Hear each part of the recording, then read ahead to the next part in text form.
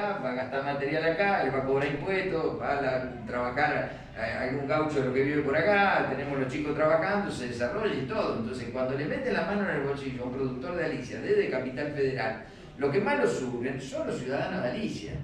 Ahora, yo no puedo negar que hoy el productor de soja, trigo y maíz está mejor. Ahora, distinto el caso del tambero. Tambero no está mejor. ¿Por qué? Porque el tambero tiene que comprar maíz, el maíz está caro. Cuando va a vender la leche le ponen control de precio y patapúfete, el tambero está complicado. Cuando vos ves el ganadero también está complicado. Cuando vos ves el de cerdo está complicado y el de pollo está complicado. Entonces, en Argentina tenemos que aprender a no totalizar. No todo el campo está bien, no todo el campo está mal, digamos, pero tenemos una gran injerencia del Estado que nos mete la manita en el bolsillo. El emprendedor privado que decía usted recién, que tendría que tener más iniciativa, tal vez ponerse más en marcha. ¿Cómo hacer para ponerse en marcha? Porque por ahí sentimos que el Estado lo ahoga con impuestos y demás. Es cierto, usted fíjese que desde que asumió Alberto Fernández tenemos 4 impuestos más, digamos, tenemos impuesto a la riqueza, tenemos impuesto país, tenemos impuesto a incremento de alícuota de bienes personales y tiene incremento de alícuota de retención. Sí. Yo lo entiendo, pero no dejo de tener un espacio en mi vida personal para el optimismo. ¿Por qué? Porque ahora no se me decaiga que hemos pasado lo peor. O sea, yo creo que el pasado mayo-junio los casos van a ir descendiendo. A ver, Argentina lentamente y dolorosamente va teniendo, digamos, inmunidad de rebaño. ¿Por qué? Porque si bien no hay tanta vacuna, hay gente que ya tuvo el COVID, ya sea sintomático o asintomático. Entonces vamos a lograr la inmunidad de rebaño finalmente, repito, con un costo doloroso, ¿cierto? Y yo creo que desde julio, agosto en adelante va a haber una recuperación. ¿Por qué? Digamos, una recuperación que va a ser dual. Mucha gente cayó en la pobreza y va a ser difícil que se recomponga, pero también va a haber mucha gente que, digamos, ya sea porque está en el sector exportador o porque tenía ahorro y todo, que va a estar dispuesta a gastarla. Claro. Y lo estamos viendo en países que se están recuperando del COVID, que hay una aceleración. Mi impresión es de que usted tiene que, si quiere ser emprendedor, tiene que ser imaginativo, tiene que ser optimista y tenemos que sacarle agua a la piedra. Yo trabajé toda mi vida para vivir sin trabajar. Y mire, llevo más de 40 años laburando y estoy acá trabajando hasta ahora. Y no soy de acá, soy de Rosario y me vengo con una chata manejando y los que me vieron afuera venía manejando yo, no tengo chofer ni nada. Entonces, digamos, a ver, esto es sangre, sudor y lágrimas, mucho esfuerzo, mucha creatividad, mucho reinventarse y a no decaer. En esa recomposición que usted dice que puede estar, ojalá que así sea, ¿no? Yo soy empresario, bueno, lo que fuere, y recompongo mi situación. Me sobran unos pesitos, supongamos, que es difícil en nuestro país, pero bueno, que Sí. nos sobran unos pesitos. ¿En qué diría usted que invierta? ¿En dólares? ¿En ladrillos? ¿En qué sería lo más conveniente? Mire, si un león se lo come, está al lado suyo. Cambie ese teléfono que tiene por uno mejor y vende a más servicio.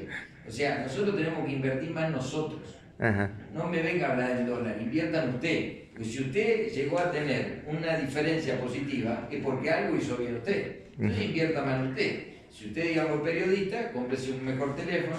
Si usted hace turismo, cómprese una camionetita para hacer mejor turismo. Si usted, digamos, se dedica a las relaciones públicas, cómprese una mejor ropa. Pero, digamos, a ver, cada uno de nosotros tenemos que invertir más nosotros mismos. Me parece que en la Argentina tenemos una idea equivocada, que cuando nos sobra un peso miramos para el costado dónde lo vamos a hacer. Tenemos que invertir más nosotros, tener un mejor trípode, una mejor cámara, tenemos que apuntar a la productividad y a la competitividad. Nosotros, digamos, permanentemente, yo en mi vida personal, usted me vio con la camioneta no es la que viene la última vez. Cambié la camioneta. ¿Por qué la cambié? Y porque tengo que tratar de llegar con seguridad, en tiempo y forma, sin que se rompa tanto. Entonces, digamos, tengo que invertir en eso. Hoy venimos a comprar 6 computadoras nuevas. ¿Y por qué estamos haciendo toda esa inversión? Y en 6 meses van a ver, digamos, una lavada de cara de toda la página y vamos a poner nueva forma de controlar, digamos, nuestro negocio. ¿Y por qué eso? Y porque creemos que la única forma de crecer es invirtiendo. Yo creo que ahí lo que usted dice, mire, es muy importante. O yo voy a todos lados, la gente me dice, no quiero invertir. Y yo le digo, si no invertís vas a pagar más impuestos y vas a tener más problemas. Vos tenés que invertir más para pagar menos impuestos. O sea, hay que pensar más en rotar la plata que en cajonearla. Yo estoy absolutamente en contra de los hilos bolsa. Creo que la persona, cuando alguien me dice, guardé en el silo bolsa, esa persona no tiene futuro.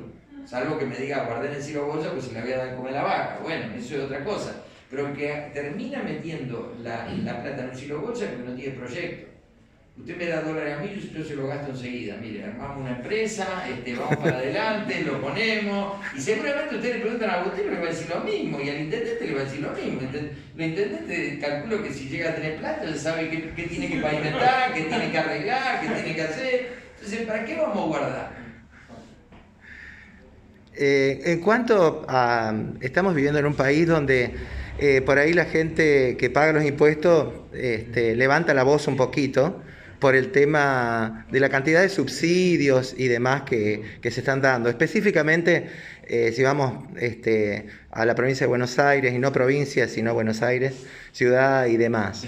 ¿Cree que es la forma correcta de a futuro salir adelante sosteniendo a familias y demás de esa manera? Bueno, es una pregunta interesante la que haces, porque generalmente la mayor parte de la gente habla de ese tema. Yo quiero ponerlo en contexto. En la época de Cristina, digamos, había planes para 10 millones de personas. En la época de Mauricio Macri había planes para 12 millones de personas. Y en la actualidad hay planes para 20 millones de personas. No es sostenible. O sea, digamos, a ese ritmo vamos a tener planes para 45 y vamos a ser todos planeros en el país. Entonces, ¿y de dónde sacamos para sostener? No es sostenible. Ahora, eso no es sostenible, pero, siempre en la vida hay un pero, si yo estoy atravesando una situación mala, hay que ayudar al prójimo con una fecha límite. Vos no podés, digamos, entregarle un plan a una persona al infinito. Es decir, vos tenés problemas en la vida, el Estado te tiene que acompañar, no al infinito. ¿Por qué? Porque si no perdemos la cultura del trabajo. Te voy a contar algo. En Estados Unidos hicieron una serie de planes parecidos a Argentina y en la última medición de empleo, el empleo, digamos, no se recuperó. ¿Por qué? Porque si la gente recibe un plan, ¿para qué va a laburar? O sea que la gente no es en Argentina así, en el mundo así. Entonces nosotros ¿qué tenemos que buscar? Tenemos que buscar un esquema de incentivo a la generación de trabajo. Entonces ese esquema de incentivo a la generación de trabajo sería de la siguiente manera. Si hay un empresario que va a invertir más plata, que por esa mayor inversión pague menos impuestos. Entonces, de esa forma, lo vamos a incentivar al empresario a que invierta más dinero, tome más empleados y saque a la gente del plan. Le voy a contar una historia muy cortita, si me permiten. Mi tía Tota, se decían Tota porque era Salvatrice di Stefano. Entonces, al Salvador le dicen Totó. Entonces, digamos, ella decían Tota. Ella vivía en Sicilia, Rafadale. Entonces, cuando entró Italia en la Comunidad Económica Europea, ella estaba desempleada en Sicilia y se fue a anotar para emplearse con su marido Saro, que estaba desocupado. Cuando estaban allá y se anotaron, le decían una paga semanal por estar desocupada. Hasta que un día fue y le dijeron, señora Tota, le conseguimos trabajo en Alemania, en Stuttgart. Dice, pero yo estoy casada. Dice, sí, ahora cuando venga su marido Saro también. Para usted en Stuttgart y para Saro en Stuttgart. Dice, no, dice, pero es mucho frío en Alemania. Yo estoy acostumbrado a Sicilia, a Rafadale, a Agrigento, Rafadale. Dice, no me voy a acostumbrar. Dice, no se haga problema, quédese acá, el subsidio no lo cobra más. Y se fueron a Alemania. Y de Alemania en 2 años quedaron desempleados y vivieron 6 meses sin trabajar. Hasta que un día le dijeron, tenemos trabajo en Bruselas. Dice, pero Bruselas es más frío que acá. Dice, bueno, vuelve a Sicilia y no tiene subsidio. Y así giraron por 10 países hasta que la tía Tota se jubiló. Entonces, hoy, ¿qué tenés que hacer? Tengas un incentivo en donde te llamen, te digan, mira, hay un laburito en Jujuy. Dice, no me gusta Jujuy. Bueno, cobra más subsidio. Entonces, digamos, a ver, tenés que empezar a hacer las reglas claras. No puede ser un subsidio ad infinito. Yo te tengo que dar un subsidio para acompañarte y después tratar de reinsertarte. Porque si no, si vos pasás más de 6 meses sin trabajar, perdés la cultura del trabajo. Eso te lo dejo como punto. Creo que nosotros tenemos que empezar a gestionar la crisis. Si nosotros la crisis la dejamos como está y no la gestionamos, estamos en problemas. Le vamos a hacer una pregunta al gerente, ¿puede? Sí, por favor. Bueno, el señor Cristian Alemán. Hablábamos de los créditos. ¿Es fácil conseguir un crédito para una empresa, como en este caso el señor Botero? Sí, la verdad que, a ver, en el sistema argentino, el sistema financiero argentino es muy pesado. Es muy pesado normativamente hablando y en apoyo, digamos, a toda la estructura, todas las crisis que venimos sosteniendo a lo largo de todas estas etapas en las últimas décadas, hace que, sin duda, en Argentina no sea sencillo obtener una asistencia. En este sentido compartimos, digamos, con Salvador muchas de estas, que es una de las variables más que tiene también el emprendedor a la hora de llegar hasta un banco o cualquier entidad, digamos, a tomar una asistencia. Sin duda que es un tema que lo venimos viendo, que la situación, además de todas estas crisis, situación inflacionaria, hace que se pierdan algunos esquemas y no se sabe cuando una asistencia es conveniente o no es conveniente para el emprendedor, porque asimismo tampoco hay educación financiera. Justamente el emprendedor, además de todas las dificultades que tiene para llevar adelante o iniciar este emprendimiento, tampoco sabe demasiado o sabe mucho de ese emprendedurismo, la carpintería o la fiambrería o lo que tenga que iniciar, pero no sabe educación financiera. Y ese es otro de los puntos que somos débiles en Argentina, porque no tenemos un esquema de aprendizaje financieramente para saber si es óptimo tomar un crédito, en dónde tomarlo, o, como preguntaban recién, ¿qué hago con el peso, si me sobra o no me sobra, si lo reinvierto en mi propia actividad o no? Entonces, sin duda que todavía debemos crecer muchísimo en este esquema, y yo creo que las entidades financieras, particularmente el Banco Central en el último tiempo, y más allá de los colores políticos que estén, ha dado pasos sustanciales en el tema de tratar de desburocratizar muchos de los aspectos. Creo que todavía falta muchísimo en este camino, pero sin duda que dentro de esta crisis, si hay algo que están sacando todas las entidades financieras, que están haciendo un rediseño del negocio, porque evidentemente se trata de supervivencia, no se trata, digamos, de otra cosa. Va a haber muchos bancos, hay muchos bancos, aquellos más pequeños, que están en dificultad. No es que ganaron dinero, mucho dinero. Tal vez los más grandes, los públicos en particular, en donde el esquema fue distinto, hoy particularmente, después con el nuevo gobierno, el esquema de exceso de liquidez, las emisiones, etcétera, favorecen, digamos, a los bancos públicos porque empiezan a tomar otro rol protagónico y empezamos a trabajar nuevamente con tasas negativas de inflación, que eso lo puede Salvador como economista aclarar un poco más. Yo no soy especialista en este tema, pero que sin duda abren un panorama un poco distinto. Y el Banco Nación, obviamente, focalizado particularmente en lo que son las micro, pequeñas y medianas empresas. Estamos en un camino muy, pero muy fuerte de reconversión en el banco, de rediseño del negocio en el banco que conocíamos, ya no existe y no va a existir en el futuro. Los bancos privados también están en este camino, pero tal vez los bancos privados, hacer menos sucursales, más dinámicas, los cambios los hacen mucho más rápido. Nosotros ya es un concepto político de banco porque somos brazo ejecutor del Estado y por lo cual tenemos que alinearnos muchas veces en esta política de Estado. Sin duda que hoy es una oportunidad para obtener una asistencia. Tenemos que cambiar mucho estos aspectos, dinamizar mucho, pero eso está enfocado más a la pyme, porque si nos vamos a lo que son las familias, como decía el economista, sin duda que estamos complicados en este sentido. ¿Por qué?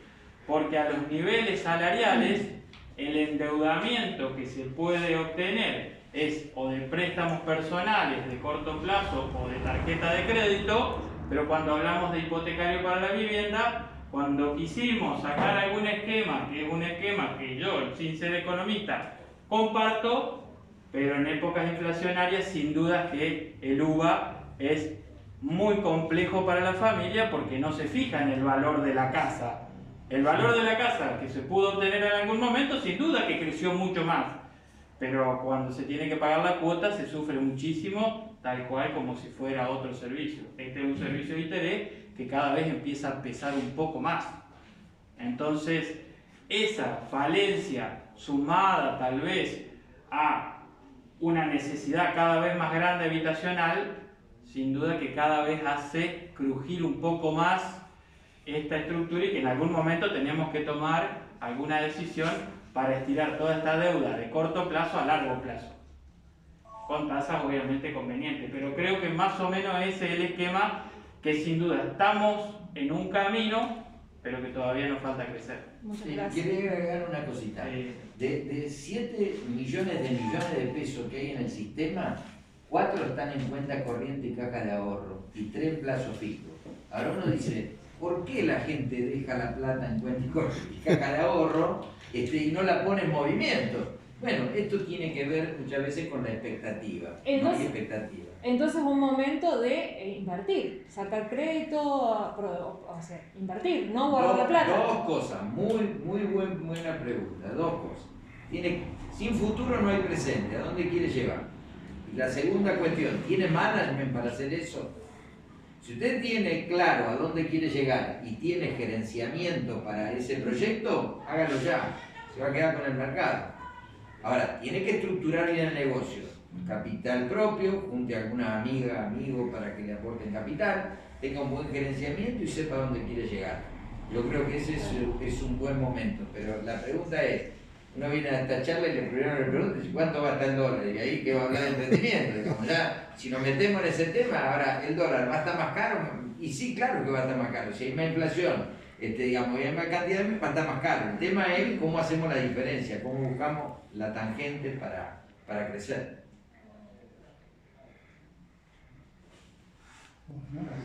Muchas gracias. Gracias.